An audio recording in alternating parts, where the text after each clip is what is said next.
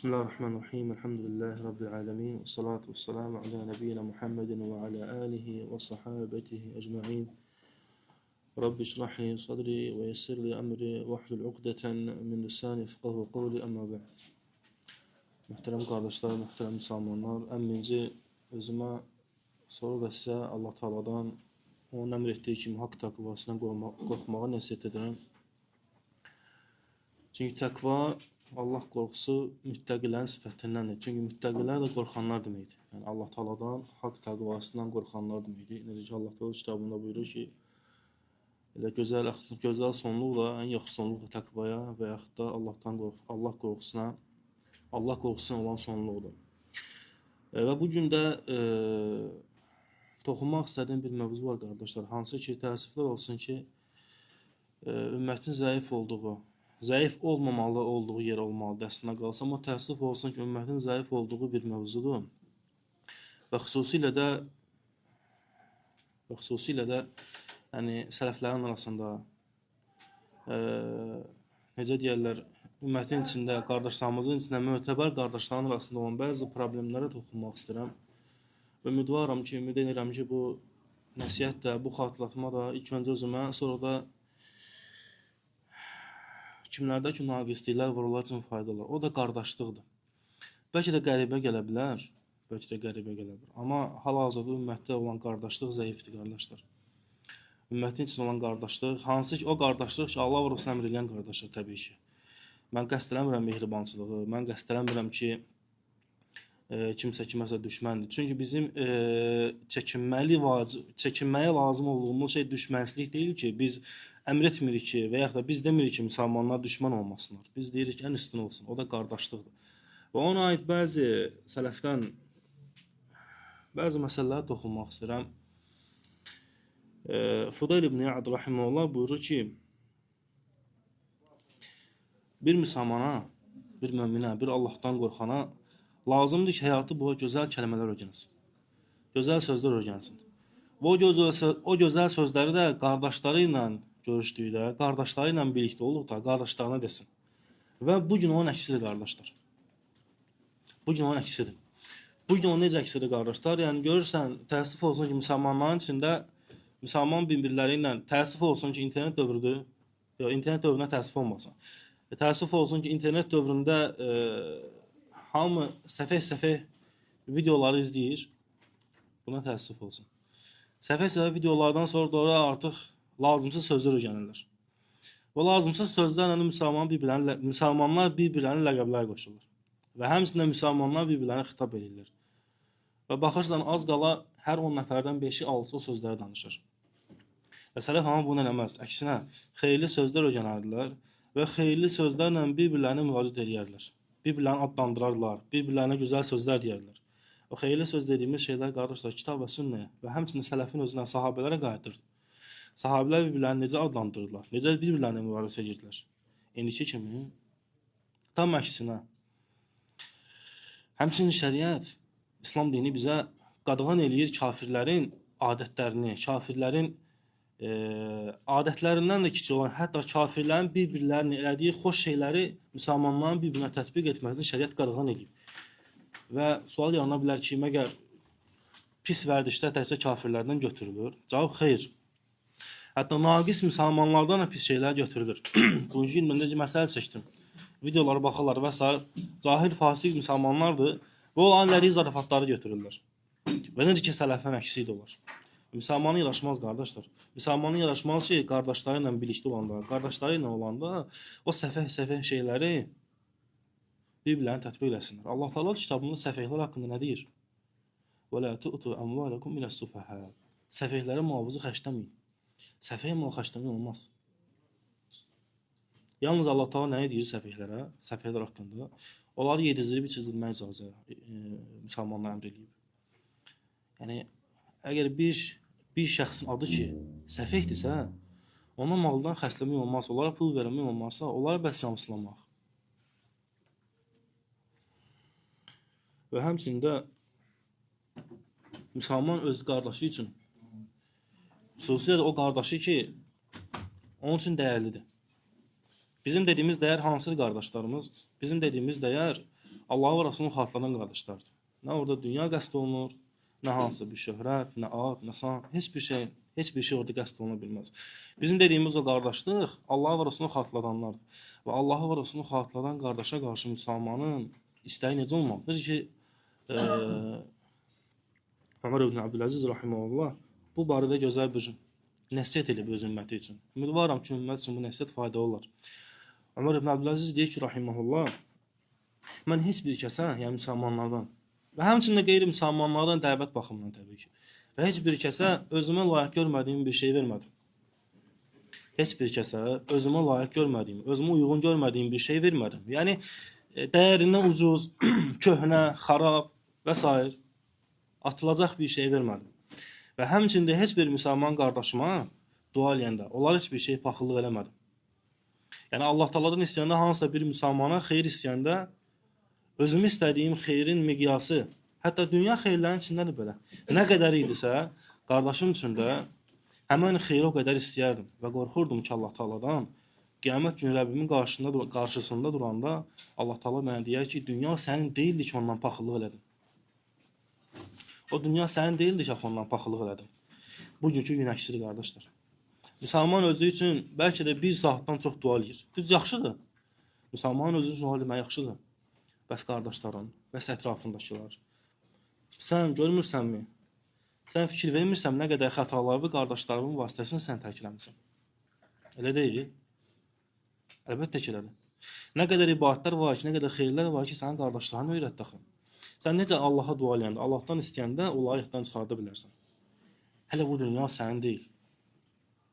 Və Ömər ibn Abdüləziz rahimehullah buyurur ki, qorxdum ki o şeydən ki, Allah Taala'nın qarşısında dayananda, yəni qiyamət günü Allah Taala'nın qarşısında dayananda soruşulsun ki, o dünya sənin olsaydı Allah paxılladı onlardı. Sənin olmayan dünyanı paxıllıq elədi. Və bugünkü inəklidir, qardaşlar. Müsəlmanlar bir-birləri üçün dua eləmirlər. Allah Resulü Muhammed sallallahu əleyhi və səlləm buyurur ki, qiyamət günü müsəlmanlar, insanlar gələcəklər ki, əməl etmədən Allah Taala onları bağışlayacaq. Əməlləri az olduğu halda Allah Taala onları bağışlayacaq. Yəni xeyir əməllər. Xeyir əməlləri az olanlar.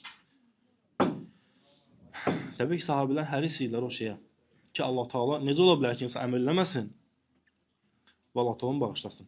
Necə bugünkü gündəki müsəlmanların əksi olaraq, bugünkü gündəki müsəlmanlar dünya ilə hərisdirlər. Necə eləyək ki, hansı şey sataq ki, varlanaq? Yəni bugünkü gün əksi. Allah Resulü Muhammed sallallahu əleyhi və səlləm buyurdu ki, o kəslər ki, qiyamət günü bağışlanacaqlar. Qardaşların onlara etdiyi gizlindəki dualarına görə.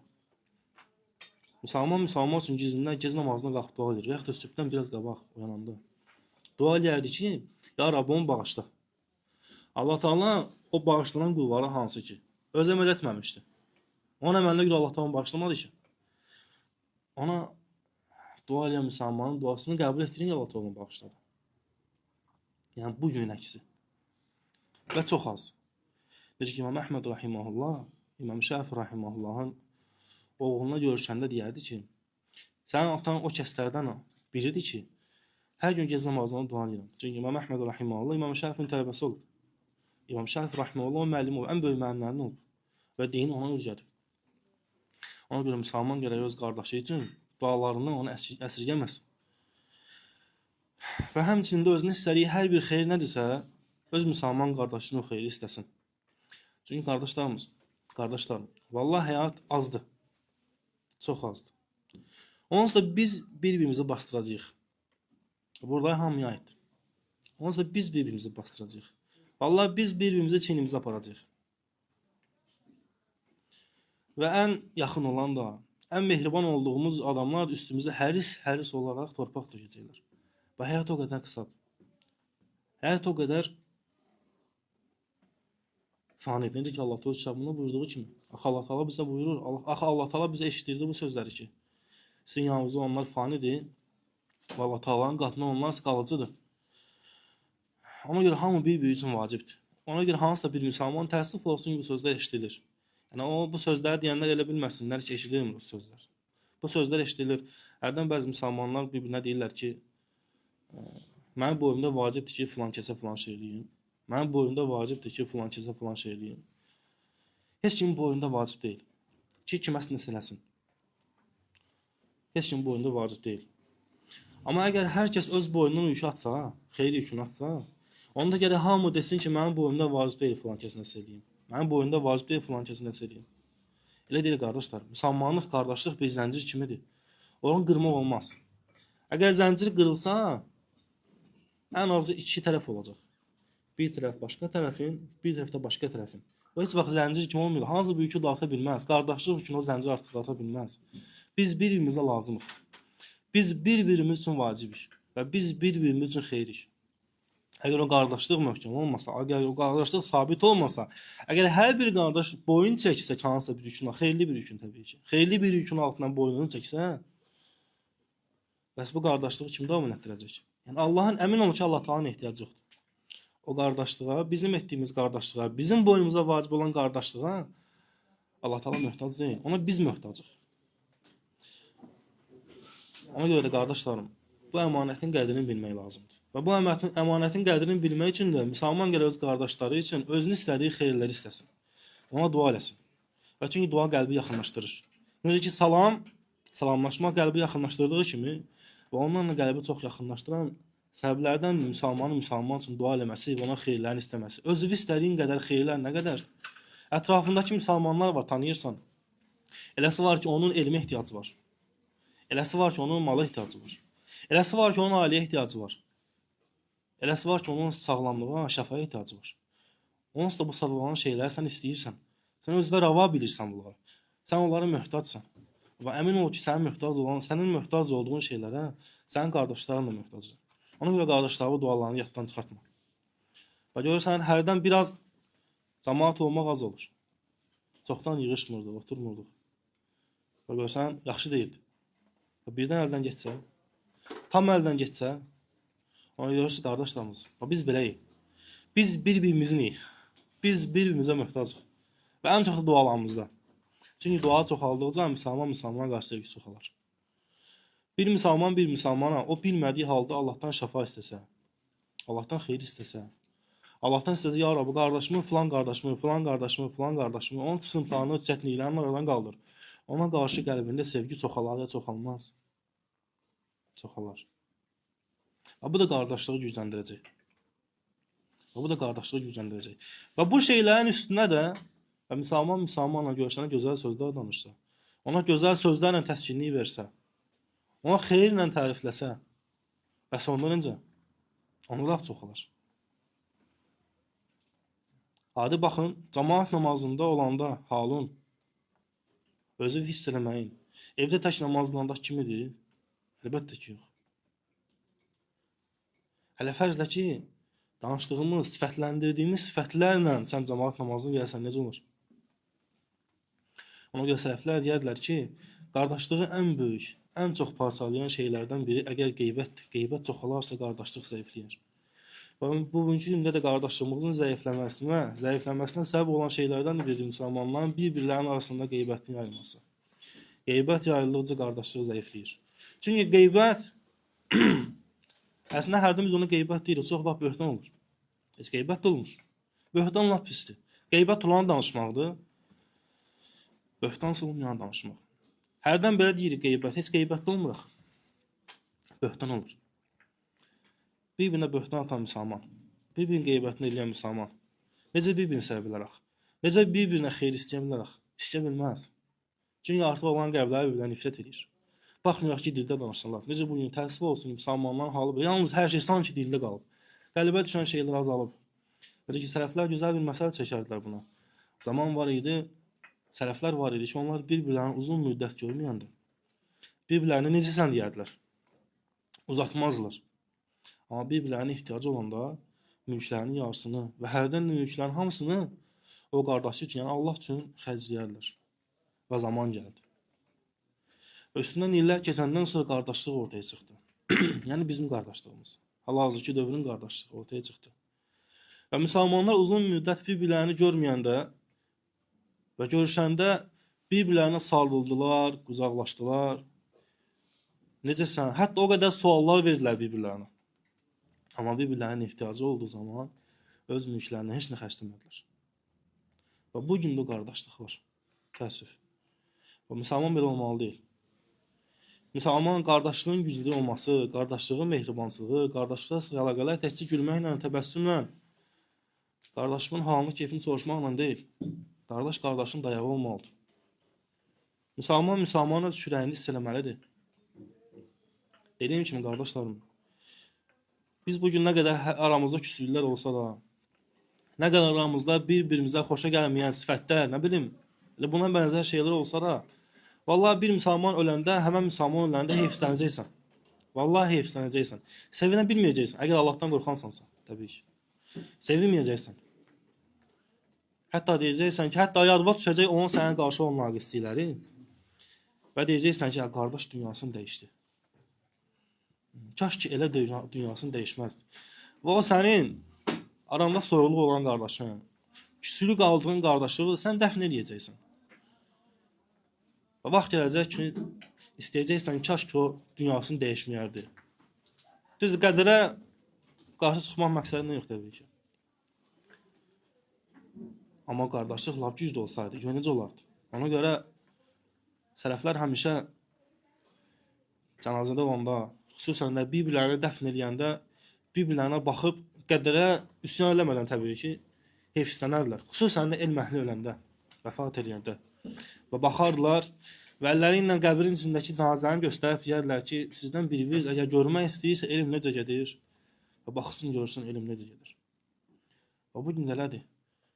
Yəni hansısa bir yaxşı müsəlman, xeyirli müsəlmanın vəfat eləməsi artıq o müsəlman baxsın ki və desin ki, yəni necə gözəl qardaşlar bax belə də gedirlər.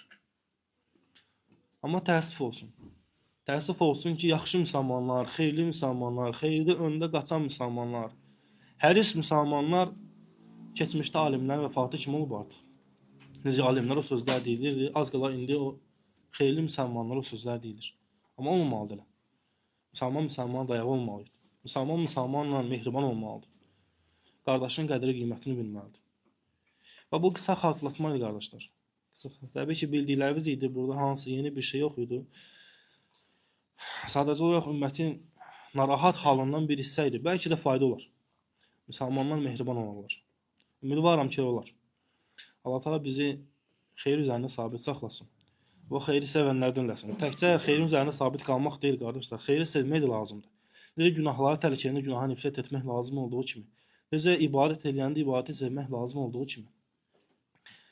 Necə sələflər deyərlər ki, bir kəsin Allah yolunda xəslədiyi zaman təkcə xəsləməsi deyil vacib olan. O xəslədiyini sevməsə qəbul olmur.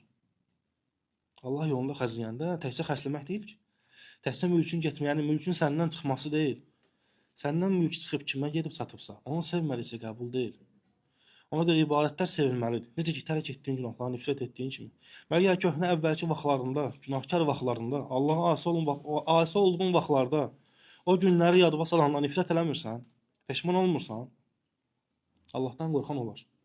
Və həmçinin də xeyri sevmək lazımdır. Ona görə sabitliyi sevmək lazımdır. Və sabitlik hardan gəlirsə, o yerdə sevmək lazımdır. Yəni cəmaatı, qardaşlarımızı, bir-birimizi. Allah Teala axı möminlərə qardaş deyib. Allah biz o qardaşlarından eləsin. Allah Teala bizim qədəmlərimizi bu xeyrin üzərində sabit saxlasın.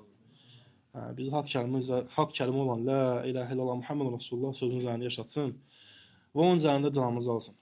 Həmçinin Allah bilir və subhanəkəllahü bihamdik əşhədu ən la ilahə illə əntə əstəğfirukallahu və etûbü ileyk.